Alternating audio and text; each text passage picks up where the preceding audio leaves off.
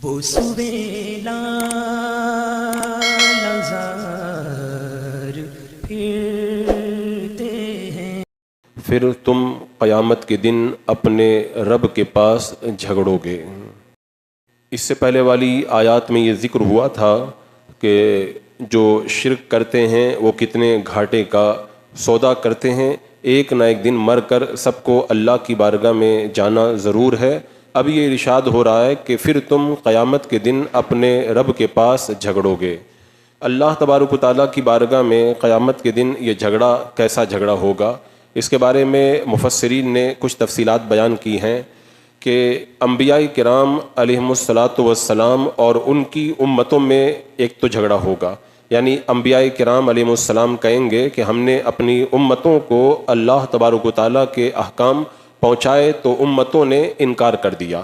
تو یہ ایک جھگڑا ہوگا انبیاء اور امتوں کے درمیان۔ پھر ایک جھگڑا ہوگا عام کافروں کا اپنے سرداروں کے ساتھ میں، یعنی جو عام کافر ہوں گے وہ اپنے سرداروں سے کہیں گے کہ ان سرداروں نے ہم کو گمراہ کیا تھا، ہم نے ان کے کہنے کی وجہ سے کفر کیا، یہ ہمیں کفر کے اوپر آمادہ کرتے تھے۔ اور پھر ایک جھگڑا ان کا آپس کے اندر بھی ہوگا، ایک دوسرے سے وہ جھگڑیں گے، اور پھر ایک جھگڑا مسلمانوں کا آپس کے اندر ہوگا، اور یہاں تک کہ جانور بھی ایک دوسرے سے قیامت کے دن جھگڑیں گے۔ قیامت کے دن مختلف قسم کے فریق ہوں گے، الگ الگ جھگڑے ہوں گے، اللہ کی بارگاہ میں سارے جھگڑے چکائے جائیں گے۔ حضرت زبیر رضی اللہ تعالیٰ عنہ بیان کرتے ہیں سب قیامت کے دن اپنے رب کے سامنے جھگڑو گے۔ جب یہ آیت کریمہ اتری تو حضرت زبیر کہتے ہیں یا رسول اللہ، کیا ہم دنیا میں جھگڑنے کے بعد قیامت کے دن بھی جھگڑا کریں گے؟ تو اللہ کے رسول علیہ السلام نے فرمایا ہاں۔ پھر تو انہوں نے کیا کہا کہ پھر تو معاملہ بہت سخت ہے، یعنی دنیا کا جھگڑا تو تھوڑی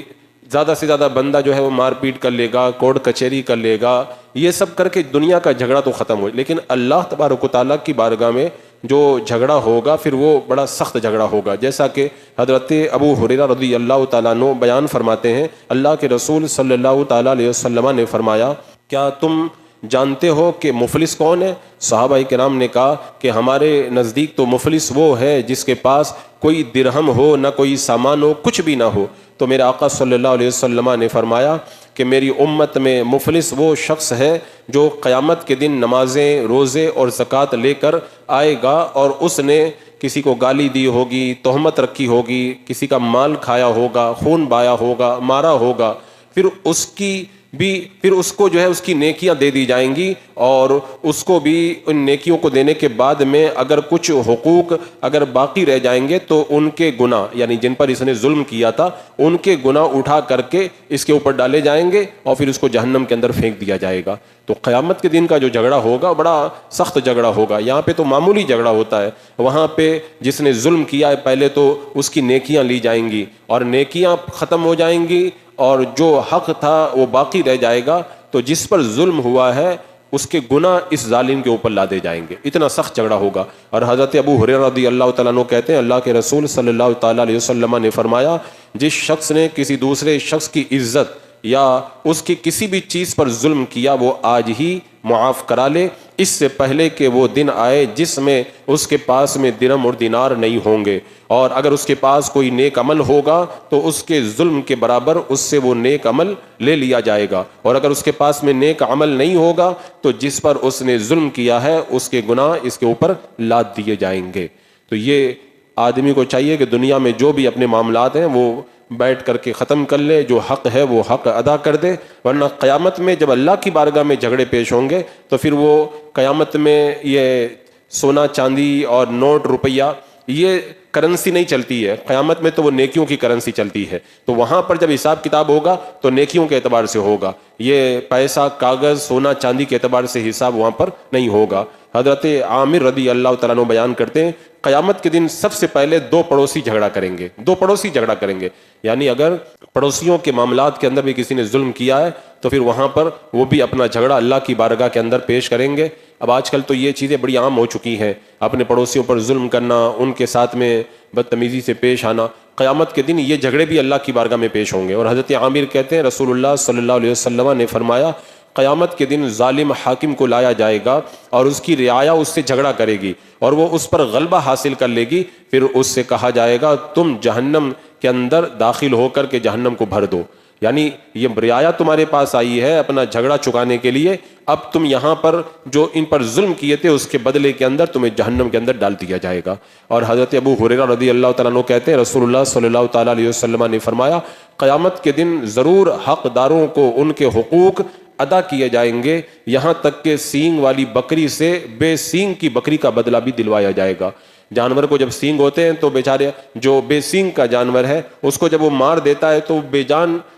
بے زبان جانور ہے، وہ تو کچھ کر نہیں سکتا، لیکن یہاں پہ نہیں کچھ کر سکتا ہے نا، قیامت کے دن اس بکری کو بھی اللہ بدلہ دلوائے گا جس پر سینگ والی بکری نے اپنے سینگ سے مارا ہوگا، قیامت کے دن اللہ تعالیٰ اس کو بھی بدلہ دلوائے گا۔ اب آپ اندازہ کریں ایک بکری کو جب بدلہ دلوایا جا رہا ہے، ایک چھوٹے سے جانور کو بدلہ دلایا جا رہا ہے، تو انسان کو اس کے مظالم کا بدلہ کیسے دیا جائے گا۔ حضرت ابن عباس رضی اللہ تعالیٰ عنہ بیان کرتے ہیں قیامت کے دن لوگ آپس میں جھگڑا کریں گے یہاں تک کہ روح اور جسم کا بھی جھگڑا ہوگا آپس کے اندر، یعنی یہ تو یہ ہے کہ جو دوسرے لوگوں سے جھگڑا ہوگا بلکہ انسان کا جو بدن ہے اور اس کی جو روح ہے یہ دونوں بھی آپس میں جھگڑا کریں گے۔ کیا جھگڑا کریں گے؟ فرمایا روح جسم سے کہے گی کہ تم نے یہ کام کیے تھے، تو جسم روح سے واپس کیا کہے گا؟ تم نے یہ منصوبہ بنایا تھا، تم نے یہ حکم دیا تھا، یعنی جسم کہے گا تو نے گناہ کروایا تھا، روح کہے گی کہ تو نے گناہ کروایا۔ یہ آپس میں جسم اور روح کا بھی جھگڑا ہوگا۔ یہاں پہ تو بندے کو کچھ پتہ نہیں چلتا، ہو سکتا ہے کہ سب ایک میک ہے، لیکن وہاں پر جانے کے بعد میں اس کا احساس ہوگا۔ اب جب یہ روح اور جسم کا جھگڑا ہوگا تو اللہ تبارک و تعالیٰ ان کے درمیان فیصلہ کرنے کے لیے ایک فرشتہ بھیجے گا، وہ کہے گا کہ تم دونوں کی مثال اس طرح ہے کہ ایک دیکھنے والا اپائج شخص ہے اور دوسرا اندھا ہے، وہ دونوں ایک باغ میں گئے، اپائج نے اندھے سے کہا کہ میں یہاں پر بہت پھل دیکھ رہا ہوں لیکن میں ان تک نہیں پہنچ سکتا، تو اندھا کہتا ہے کہ تم مجھ پر سوار ہو جاؤ اور ان پھلوں کو توڑ لو، تو اس اپائج نے اندھے پر سوار ہو کر پھل توڑ لیے، تو بتاؤ ان دونوں میں سے کون مجرم ہے؟ تو روح اور جسم دونوں نے کہا کہ وہ دونوں مجرم ہیں، کیونکہ اپائج جا نہیں سکتا تھا لیکن پھل اس نے توڑے، اور اندھا دیکھ نہیں سکتا تھا لیکن اس اندھے نے اس کو اپنے کندھے پہ بٹھا کر کے لے کر کے گیا، تو دونوں کے دونوں مجرم ہیں۔ تو فرشتہ جسم اور روح دونوں سے کہے گا تم دونوں نے خود اپنے خلاف فیصلہ کر لیا، یعنی جسم روح کے لیے سواری کی طرح ہے، جسم روح کے لیے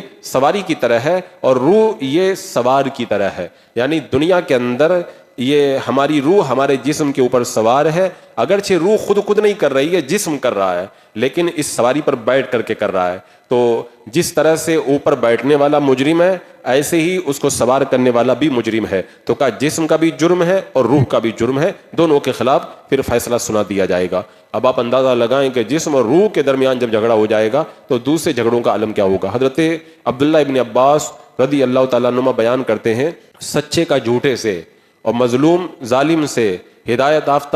یافتہ گمراہ سے اور کمزور متکبر سے جھگڑا کرے گا، یعنی سچا جھوٹے سے جھگڑا کرے گا، اور اسی طرح جو ہے وہ جو ہدایت یافتہ ہے وہ گمراہ سے جھگڑا کرے گا، کمزور جو ہے وہ متکبر سے جھگڑا کرے گا۔ دنیا کے اندر تو جس کے کہتے ہیں نا کہ جس کی لاٹھی اس کی بھینس، جس کے اندر پاور رہتا ہے وہ سوچتا ہے کہ میرا کوئی کیا بگاڑ لے گا، اور اگر کچھ بگاڑنے کی راہ ہے تو کورٹ کچہری ہے، تو کہتے ہیں کورٹ کچہری والے سب اپنے پاس میں پیسہ ہے میں سب سنبھال لوں گا۔ تو دنیا کے اندر بندہ اپنے پاور سے، اپنے مال سے، اپنی طاقت سے سب کچھ ظلم کرنے پہ آمادہ بھی ہو جاتا ہے اور ظلم کر گزرتا ہے اور پھر ڈرتا بھی نہیں ہے۔ تو ایسے لوگوں کے لیے پھر قیامت کا دن ہے، اللہ تبارک و تعالیٰ پھر قیامت کے دن ان لوگوں کو انصاف دلائے گا جن پر ظلم ہوا تھا۔ اور یہاں پر ایک سوال ذہن میں آ سکتا ہے کہ اللہ تبارک و تعالیٰ قرآن پاک میں ارشاد فرماتا ہے لا تختصموا لدی، تم میرے سامنے جھگڑا مت کرو، یعنی اللہ تعالیٰ قیامت میں فرمائے گا میرے سامنے جھگڑا مت کرو، اور اس آیت کریمہ میں فرمایا گیا کہ سب جھگڑیں گے، تو دونوں کا مطلب کیا ہوا؟ ایک آیت کریمہ میں ہے کہ اللہ تعالیٰ منع فرمائے گا میرے سامنے جھگڑا مت کرو، اور دوسری آیت کریمہ میں ہے کہ سب اللہ کے سامنے جھگڑا کریں گے۔ تو اس کا جواب یہ ہے کہ قیامت کا دن بہت بڑا دن ہے، اور قیامت میں کچھ گھڑیوں کے اندر لوگ ایک دوسرے سے جھگڑا کریں گے اور کچھ گھڑیوں میں ایک دوسرے سے جھگڑا نہیں کریں گے۔ جیسے مثال کے طور پر اللہ تعالیٰ ارشاد فرماتا ہے فَهُمْ لَا يَتَسَاءَلُونَ، لوگ ایک دوسرے سے سوال نہیں کریں گے. اور دوسری آیت کریمہ میں اللہ تعالیٰ فرماتا ہے وَأَقْبَلَ بَعْضُهُمْ عَلَى بَعْضٍ يَتَسَاءَلُونَ, وہ ایک دوسرے کی طرف پلٹ کر کے سوال کریں گے. تو قیامت میں کسی وقت میں لوگ ایک دوسرے سے سوال کریں گے اور کسی وقت میں ایک دوسرے سے سوال نہیں کریں گے. یہ دو الگ الگ وقتوں کی بات ہے. ایسے ہی اللہ تعالیٰ قرآن پاک میں فرماتا ہے کسی انسان سے اس کے گناہ کے بارے میں نہیں پوچھا جائے گا, نہ جن سے پوچھا جائے گا. اور دوسری جگہ اللہ تعالیٰ خود فرماتا ہے فَوَرَبِّكَ لَنَسْأَلَنَّهُمْ أَجْمَعِينَ, تو آپ کے رب کی قسم ہم ان سب سے ضرور سوال کریں گے. یعنی ایک جگہ تو اللہ تعالیٰ فرماتا ہے کسی سے نہیں پوچھا جائے گا, اور دوسری جگہ اللہ تعالیٰ فرماتا ہے ہم ان سے سوال کریں گے. یعنی قیامت کے دن کچھ گھڑیاں وہ ہوں گی جن میں کسی سے کچھ نہیں پوچھا جائے گا, اور کچھ گھڑیاں وہ ہوں گی جن کے اندر ان سے پوچھ تاچھ ہوگی اور ان سے سوالات ہوں گے. اسی طرح اس آیت کریمہ میں رب نے جو یہ ارشاد فرمایا کہ قیامت کے دن لوگ اللہ کے حضور میں جھگڑا کریں گے. بندے کو چاہیے کہ وہ اللہ کی بارگاہ میں جب پیشی ہو اس پیشی سے پہلے ہی اپنا معاملہ بالکل صاف ستھرا کر لے. کسی کا پیسہ لیا ہے اس کو واپس کر دے, کسی پر ظلم کیا ہے اس سے معافی تلافی کر لے, اگر کسی کی زمین دبائی ہے اس کے حوالے کر دے, کسی پڑوسی کو ستایا ہے تو اس سے جو بھی اپنا معاملہ بنتا ہے وہ صلح صفائی کر لے. یہاں پہ معاملہ بڑا آسان ہے, یا تو معافی کرنے سے معاملہ صاف ہو جاتا ہے یا کچھ لے دے کر کے معاملہ ختم ہو جاتا ہے. قیامت کے اندر نہ معافی ہے نہ لینا دینا ہے, پھر وہ تو نیکیاں ہی دینا پڑے گا اور پھر اس وقت معاملہ بڑا سخت ہو جائے گا. اس کے بعد میں رب نے ارشاد فرمایا تو اس سے بڑھ کر ظالم کون جو اللہ پر جھوٹ باندھے اور حق کو جھٹلائے جب اس کے پاس آئے, کیا جہنم میں کافروں کا ٹھکانہ نہیں ہے. یعنی ارشاد فرمایا کہ اللہ تبارک و تعالیٰ ان مشرکوں سے یہاں خطاب فرما رہا ہے جنہوں نے اللہ تعالیٰ پر جھوٹ باندھا اور اللہ کی عبادت میں دوسروں کو شریک کر لیا اور یہ دعویٰ کیا کہ فرشتے اللہ کی بیٹیاں ہیں. انہوں نے اللہ کے لیے اولاد ثابت کر دی, حالانکہ اللہ کے رسول تشریف لائے, پیغام حق لے کر کے آئے تو انہوں نے پیغام حق کو قبول بھی نہیں کیا. تو اللہ تعالیٰ فرماتا ہے ان سے بڑھ کر ظالم کون. بھئی ظالم تو بہت ہیں, لیکن سب سے بڑا ظلم یہی ہے کہ بندہ اللہ کے ساتھ کسی کو شریک کرے. اللہ ایک ہے, اس کا کوئی شریک نہیں ہے, پھر بھی کہے کہ اللہ کے ساتھ میں یہ بھی خدا ہے یہ بھی خدا ہے. یہ کائنات کا سب سے بڑا جھوٹ ہے, سب سے بڑا ظلم ہے. اور اسی لیے جو دوسرے ظلم ہیں ان کی تو معافی ہو سکتی ہے, لیکن اگر کوئی یہ ظلم کرے تو جہنم کے علاوہ اس کے لیے کوئی راستہ نہیں ہے, ہمیشہ ہمیشہ کے لیے جہنم کے عذاب کے اندر اس کو جلنا پڑے گا. اللہ نے اس کے لیے وعید سنائی, کیا دوزخ میں کافروں کا ٹھکانہ نہیں ہے. اب یہ کتنا سخت عذاب ہے ان ظالموں کے لیے. اس کے بعد میں ارشاد فرمایا اور وہ جو یہ سچ لے کر تشریف لائے اور وہ جنہوں نے ان کی تصدیق کی.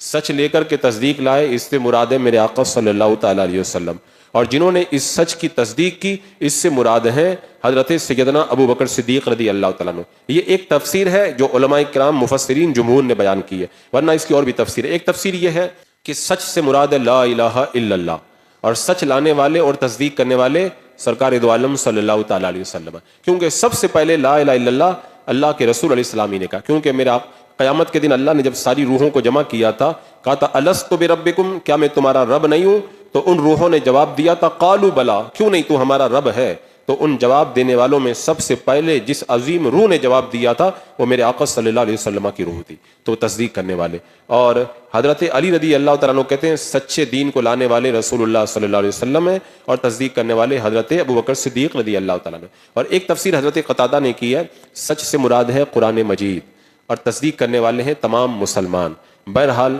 یہ تمام تفاسیر کی گئی. اچھا کچھ شیعہ نے یہ تفسیر بھی کی ہے یا کچھ علماء نے یہ بھی تفسیر کی ہے کہ سچ کو لانے والے میرے آقا ہیں اور تصدیق کرنے والے حضرت علی رضی اللہ تعالیٰ عنہ ہیں. حالانکہ اس تفسیر کی تائید جمہور علماء نہیں فرماتے, اس لیے کہ حضرت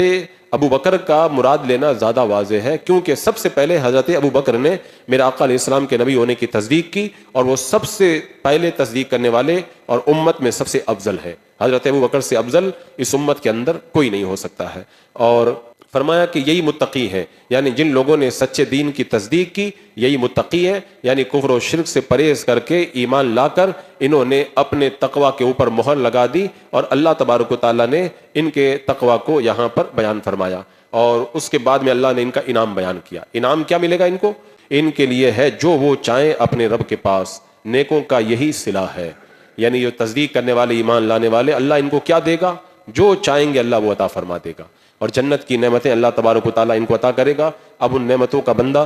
تصور بھی نہیں کر سکتا ہے. آپ دیکھیں ان تصدیق کرنے والوں کو اللہ نے کیا کیا عطا کیا, کہیں جنت کی بشارتیں, کہیں جو ہے وہ اور دیگر نعمتوں کا تذکرہ. تو جو بندہ ایمان لا کر تصدیق کرتا ہے اللہ تعالیٰ انہی اکرامات سے ان کو مالا مال فرماتا ہے. یہ تو ایک انعام ہوا. دوسرا انعام, تاکہ اللہ ان سے اتار دے برے سے برا کام جو انہوں نے کیا اور انہیں ان کے ثواب کا صلہ دے اچھے سے اچھے کام پر. یعنی ایک تو انعام ہے کہ اللہ ان کو من چاہی نعمت عطا کرے گا, اور دوسرا انعام یہ ہے کہ اللہ تعالیٰ ان کے گناہوں کو معاف کر دے گا اور ان کے اچھے کاموں کا انہیں بہترین بدلہ عطا فرمائے گا. تو ان محسنین کو اللہ تعالیٰ جو جزا دے گا, کیونکہ انہوں نے اللہ کے پیغام کی تصدیق کی, اپنی باتوں سے, اپنے کاموں سے, اپنے مال سے اللہ کی باتوں کی تصدیق کی, اور جو بات کہی سچی کہی, جو وعدہ کیا پورا کیا, ہر کام میں سچی نیت رکھی, تو پھر اللہ تعالیٰ ان کو یہ اجر عطا فرمائے گا. اللہ ان کو سارے گناہوں کو معاف کر دے گا, سارے گناہوں کو معاف کر دے گا, اور انہیں اللہ تعالیٰ جو بھی وہ اجر کرتے ہیں اللہ تعالیٰ ان کے اجر کو,